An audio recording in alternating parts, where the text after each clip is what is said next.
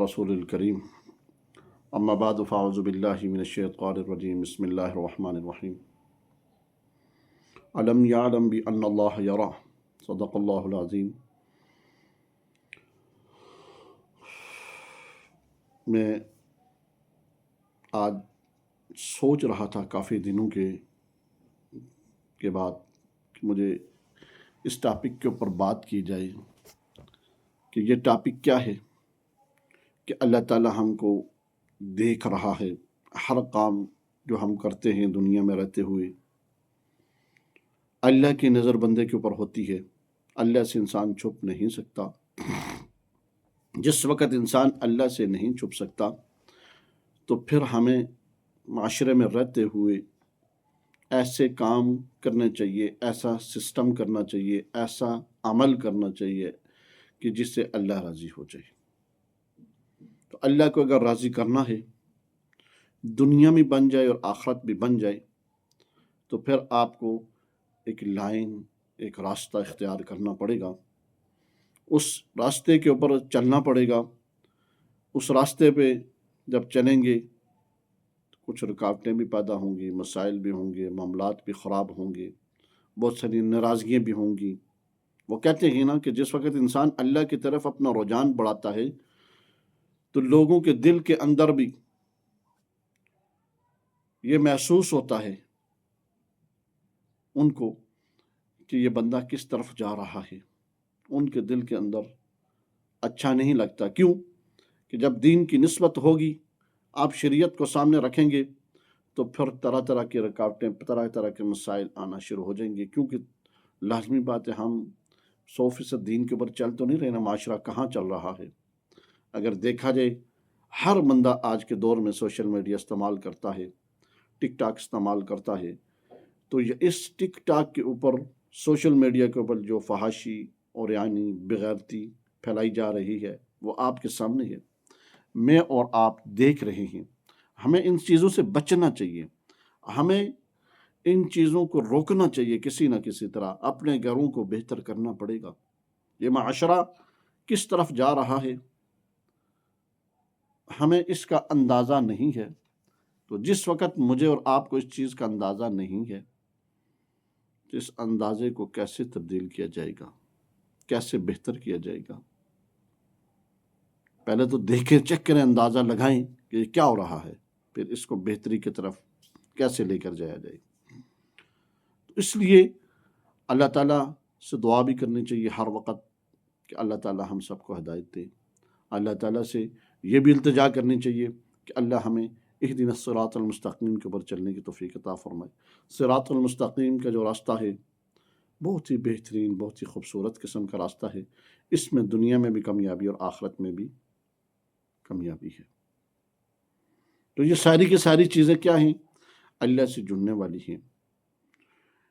तो अल्लाह से जुड़ा जाए तो दुनिया में भी कामयाबी और आखिरत में भी कामयाबी है। तो आज से तैयारियाँ कर लें कि हमने अल्लाह जी के साथ जुड़ना है, अल्लाह के साथ ताल्लुक़ बनाना है, ताकि अल्लाह जी राज़ी हो जाएं, दुनिया भी कामयाब हो जाए और आखिरत में भी कामयाब हो जाए। तो बात यहाँ पर अल्लाह को राज़ी की बात आ गई तो मैं एक आपको किस्सा सुना दूँ। एक बुज़ुर्ग थे, बड़े अल्लाह वाले। तो जिस वक़्त आप ये चाहेंगे तो हर मामले को हल करना वो खुद ब खुद हल हो जाएगा कि किस तरह के इहदिनस सिरातल मुस्तकीम के ऊपर जिस वक्त आप चलेंगे। अल्लाह को राज़ी करना किस तरह सीख लें। तो वो बुज़ुर्गों की मैं बात कर रहा था कि वो अल्लाह वाले बुज़ुर्ग थे।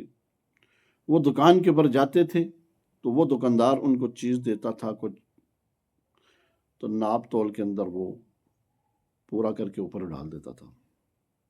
तो उनके साथ बेटा था, तो वो बड़ी दफ़ा उसने कहा कि अब्बा जी ये क्या चीज़ है, ये क्या मामला है इसका? मैं काफ़ी अर्से से, काफ़ी टाइम से देख रहा हूँ, काफ़ी दिनों से देख रहा हूँ कि हर वक़्त कुछ चीज़ हमें देता है तो उसके ऊपर डाल देता है। तो वो बुज़ुर्ग फरमाने लगे कि इसकी मोहब्बत है, इसका प्यार है, इसकी मोहब्बत है और इसका प्यार है। तो वो बड़ा परेशान हुआ। तो फिर उन्होंने बुज़ुर्गों ने अगला जुमला बोला कि जिस इंसान से अल्लाह जी प्यार करना शुरू हो जाए, मोहब्बत करना शुरू हो जाए, تو وہ کیا اس کی کیفیت ہوگی کہ یہ بندہ محبت کرتا ہے تو یہ یہاں تک انسان گئے اوپر ہلکا پھلکا وہ اوپر کر دیتا ہے. تو جس کے ساتھ میرا رب راضی ہو جائے، رب پیار کرنا کر جائے، تو وہ کتنا انعام دے گا. تو بات یہ ہے سوچنے کی، دیکھنے کی کہ اللہ کو راضی کیا جائے. یہ دنیاوی معاملات کے اندر بہت سارے لوگ پریشان ہوتے ہیں، کہتے ہیں کسی کی معاشی تنگی، پریشانی، ٹینشن، مسائل بنے ہوئے، ان سے کیسے نکلا جائے، کیسے حل ہے. تو میں آپ کے سامنے ایک چھوٹا سا وظیفہ رکھنے لگا ہوں. چھوٹا سا ایک عمل ہے جو ناممکن کام ہوتے ہیں ان کو ممکن بنانے کے لیے، ناممکن جو کام ہیں ان کو ممکن کیسے بنایا جائے. تو یہ ایک عمل ہے، یا ملک الملک کن فیکون ان اللہ علی کل شیء قدیر. ہر بندہ یہ کہتا ہے کہ اللہ تعالیٰ قادر ہے، ان اللہ علی کل شیء قدیر، تو ہر بندے کو یاد ہے. تو اس عمل کو ہر نماز کے بعد آپ نے پڑھنا ہے، کرنا ہے. کتنی دفعہ کرنا ہے اس کو کہ آپ نے زیادہ نہیں پڑھنا ہے، ہر نماز کے بعد 6 دفعہ پڑھ لیں، اور عشاء کے بعد 41 دفعہ پڑھ لیں. ہر نماز کے بعد آپ نے اس کو 6 دفعہ پڑھیں، اول آخر 3 دفعہ درود شریف کے ساتھ. اور یہ آپ دماغ کے اندر، دل کے اندر بٹھا کر پڑھیں کہ جس مقصد کے لیے میں یہ عمل کر رہا ہوں یہ عمل میرا کامیاب.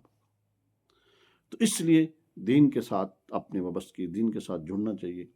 اور جتنے بھی بزرگ حضرات ہیں، جتنے بھی بڑے حضرات ہیں، اگر اور قرآن پڑھنا چاہتے ہیں، قرآن کو درست کرنا چاہتے ہیں، بہتر کرنا چاہتے ہیں، ان کی تجوید، ان کے الفاظ اگر وہ بہتر کرنا چاہتے ہیں تو میرے ساتھ رابطہ کر سکتے ہیں. میں انشاءاللہ تعالیٰ بہت جلد یہ ایک سلسلہ شروع کرنے لگا ہوں.